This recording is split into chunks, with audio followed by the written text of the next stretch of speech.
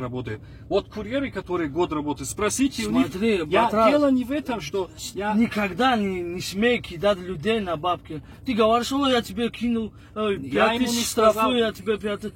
Обоих вам по 5000 штрафов. Где ты такого видел? Ты сейчас иди, говорю, вот иди сейчас прямо возьми и посчитай сколько. Не надо никакой лишний там денег. Я не говорю лишний. Нам лишний денег не нужно. Иди принеси то, что они заработали у тебя, то, что ты им должен отдавать. Вот это деньги принеси. Сейчас вот курьеры придут. Я не буду твой курьер ждать. Откуда у меня деньги? В смысле, позвони курьеру, позвони онлайн. Что хочешь, что делай. Они сейчас придут, их деньги принесут, у них деньги. То есть до сегодняшнего дня у тебя нету денег, что ли? А я вот с утра до вечера, то, что я зарабатываю, я вот ему я отдал 5000, потом отдал Коле, у меня один работает вчера, по 5000 я им вчера отдал. Вот вечером, у меня когда деньги собираются, я их отдаю курьерам. Сейчас иди, говорю, посчитай, сколько там есть. Пускай вот он выйдет со мной, посчитаем там.